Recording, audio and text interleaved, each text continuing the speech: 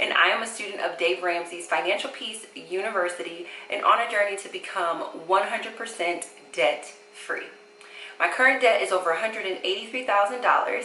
I am currently on baby step number 1 to save $500, and that is because my income is under $20,000 a year.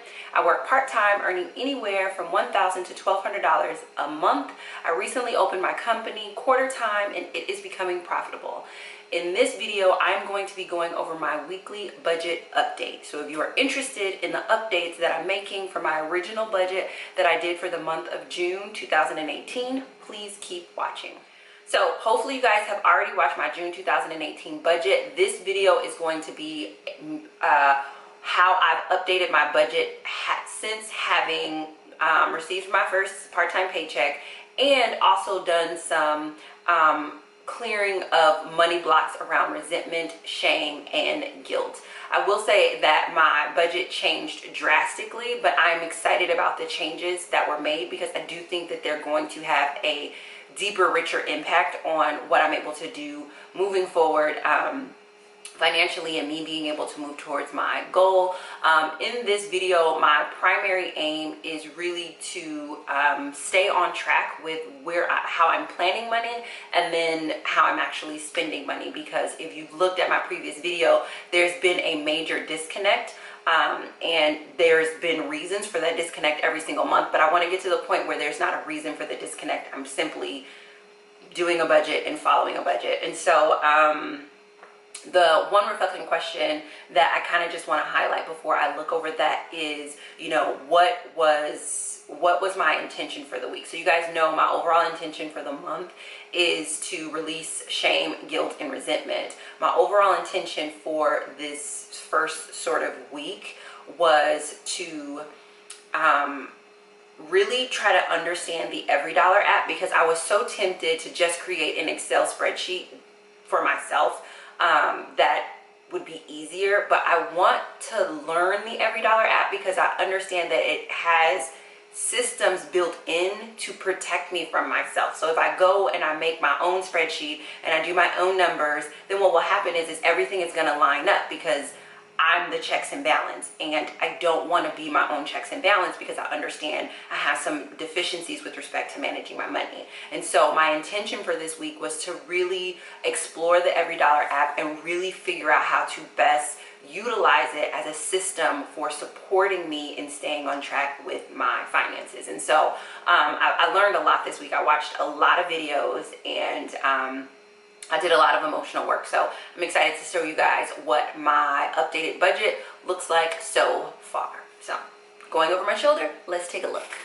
Okay, so the first thing that I want to point out is that when I recreated the budget, I did a couple of things. And so you're going to see me toggle from a date that shows June 2018 and then a date that shows July 2018, because what I did is I kept my original budget that I talked through about a week ago before the month began, but I also wanted to show you guys how, after doing the clearing of the money blocks for resentment, shame, and guilt, sort of what changes I wanted to make with the numbers, but I didn't want to just delete it until I actually walk you guys through some of the differences, just for tracking purposes for myself and for you as well. So quickly going over June, I planned $750 for paycheck 1, $750 for paycheck 2, $1,500 from my company, for a total income of $3,000. My tithe payment was 10% of $300. My emergency fund was $401.50 was planned so that way it becomes fully funded. My rent was $845. Electricity was $1.88 because that's what I was billed. Gas $25, phone $35.82, internet $25, my grocery budget of $75, transportation of $50, health insurance $102.31, renter's insurance $5.75, household pantry $15, personal hygiene $60, child support $75, commission $50, Apple's iTunes $10.69, laundry $15, clothing for my son at $100, clothing for myself at $57.19, pocket money at $20, doctor bill for $50, vitamins for $25, therapy for $70, gifts at $75, computer replacement at $400, and PayPal at $59.86, and or debts. PayPal is a debt, and I was going to pay more than my minimum of $59.86, and then City Girl Events was a debt, and I was going to pay more than my minimum of $25. So before I did any clearing of money blocks, this is where I set my budget, and this is what I was thinking was the right thing to do for June.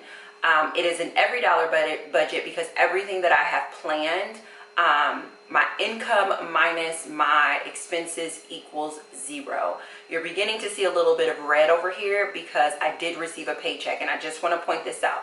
The difference between the paycheck that I planned and the paycheck that I received is significant. So as I was doing some of the emotional work, a little bit of why that keeps happening even came up as well. So I just want you to notice that that is what that red is about. But specifically in terms of me getting this check mark to be green, I realize now that it literally is just what you planned in terms of income minus what the expenses were. This doesn't change based on what you received or what you spent. I realize that now. So after I did the clearing, I created another budget based on truth, because remember I said one of the things that I needed to do in order to release resentment, shame, and guilt was to tell myself the truth.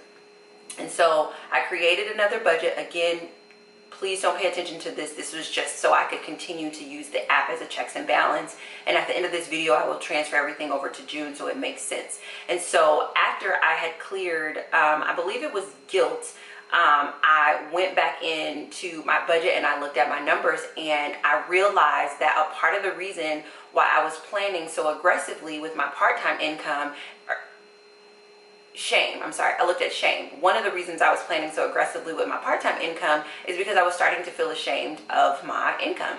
And there were a few months back in April, or a few weeks back in April and May, where I got higher paychecks, but I received higher paychecks because I worked more hours. I worked more hours because I wanted to move.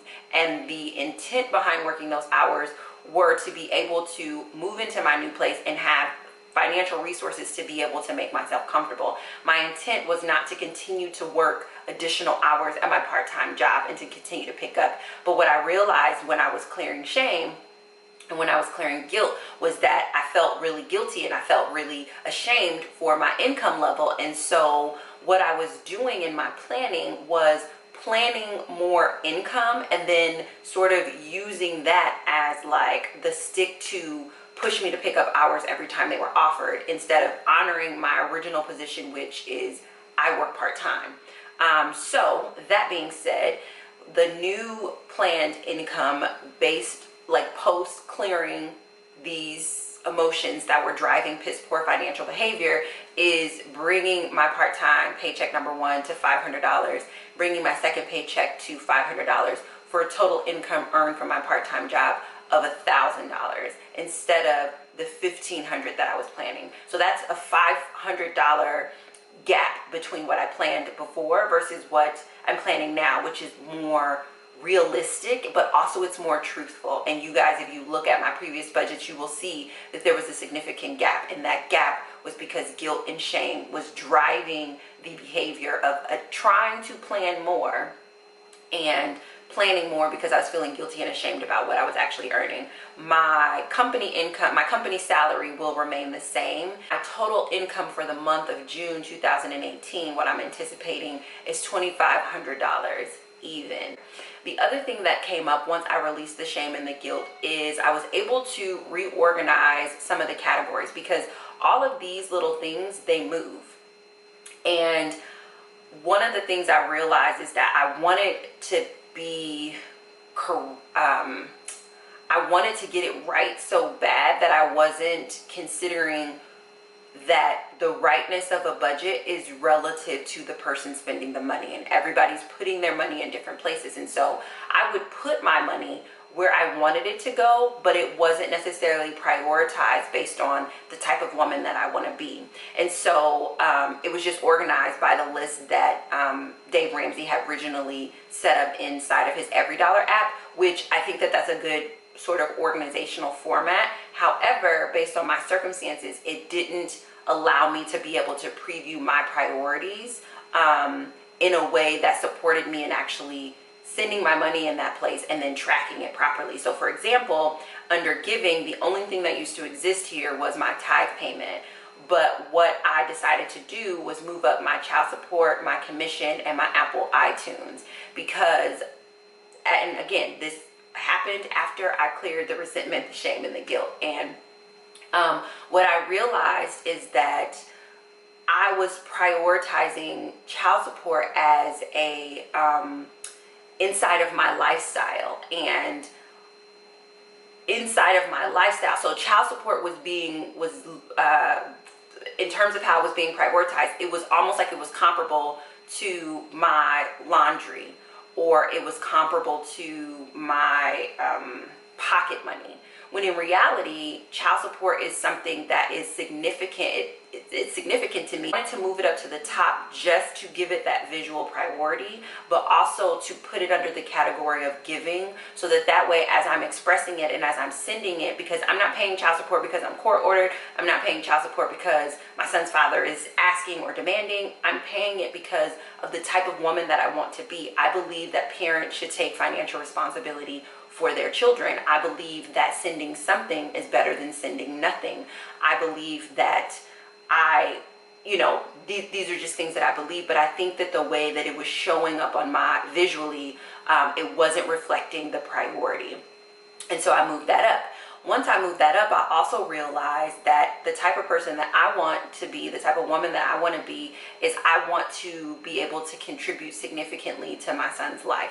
But I understand that the significance of me contributing is relative to my health and well-being, and so I have to be mindful about that. I'm very much a person who believes in the airplane philosophy. Like, you put the mask on yourself first, and then you put the mask on your child. So that being considered, I realized that even though that's my philosophy, to put my mask on first before I put it on my child, I was never actually getting around to putting it on my child from a monetary perspective. And some of that had to do with the amount that I was sending. And so, for example, tithing is a way that I'm putting the mask back on myself. Me paying for my shelter is me putting the mask on myself, but me putting the mask on my child is me saying, Stacey, you are going to be financially responsible for your child, and what does that look like? And the number that I came up with that makes me feel authentically who I am is that I would like to be contributing at least 10% of my income to my child, because I understand that if he was living with me full time, I would be contributing at least 50%. And he's not living with me full time, and so the minimum that I would like to contribute to his life is at least 10% of my income, and that is moving forward. So no matter what my income goes to, I still want to maintain a 10% honoring of my responsibility as a parent. And I like that there's equity between how I honor myself through my spiritual and personal beliefs in the way that I take care of myself, that is also reflected in the way that I take care of my child. So moving it up visually to create the priority that my son is up here, but then also increasing the total dollar amount that I am giving to my son's life to 10%. I don't know what the percentage was before, but it definitely wasn't 10%. So what you will notice here is the combination between child support that I voluntarily send, commission, which is the language that I choose to use instead of allowance, and then my son's Apple iTunes is equal to about 10% of my income. Is equal to about 10% of my income. Actually, as I'm looking at that, that's 240. Well, I guess it's like 69 cents over, but 10% of my income. And moving forward, I would like for those numbers to continue to look like that. And I'm not doing that so that I don't feel guilty or ashamed. I'm doing that because once I cleared the shame and I cleared the guilt, I was able to see that no one was doing anything to me. I wasn't honoring the things that are important to me. I wasn't honoring my priorities. And so these feelings were coming up to indicate to me, hey, Stacey, you're not honoring your priorities. So go forth and honor your priorities. And so that's what that will look like moving forward. To my emergency fund, which I would like to see on a regular basis, this being a 10% contribution, but for the purposes of funding my emergency fund so that I can move forward with actually moving to baby step number 2, which is to repay my debt. I changed my emergency fund planned amount to put into the account to $301.50. And if you remember from the previous budget, it was $401.50. So it's $100 less than what it was before. But I feel really confident about this number and me being able to put this number aside based on me actually honoring my priorities and the things that really need to get done.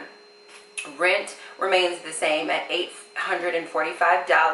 My electricity bill is $1.88. My gas bill is $25. My phone bill is $35.82. One thing that you will notice is that I removed the category of utilities and I put that all under housing. I did that primarily visually just to be very clear about what I'm contributing to my housing. So for example, if you come over here, you see that 36% of my income is spent on housing. I feel good about that number. I came down to food, which typically my food budget is $50 a month. I do feel like that's something that I'm going to be able to get back to. But again, post clearing some of those emotional money blocks, I realized that like I don't have the food in my home that I need to be able to cook from scratch. Same thing with transportation. I think I put transportation at $50.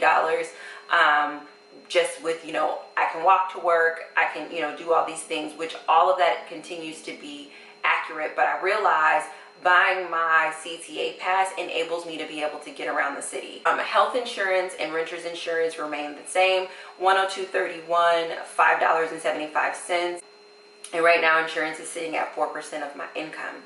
So then we come down to lifestyle, which I feel like moving out my responsibilities as a parent, this is a better reflection of my lifestyle. And so my lifestyle right now is at 18% of my income, which that is a number that I'm comfortable with. Seeing that my contribution to my son is at 10% and my contribution to my choices and my lifestyle is right around 18% gives me so much peace and contentment and even just pride in myself in the way that I'm organizing how I'm taking care of my life. And so for the month of June, I went to therapy one time. Personal hygiene is at 50.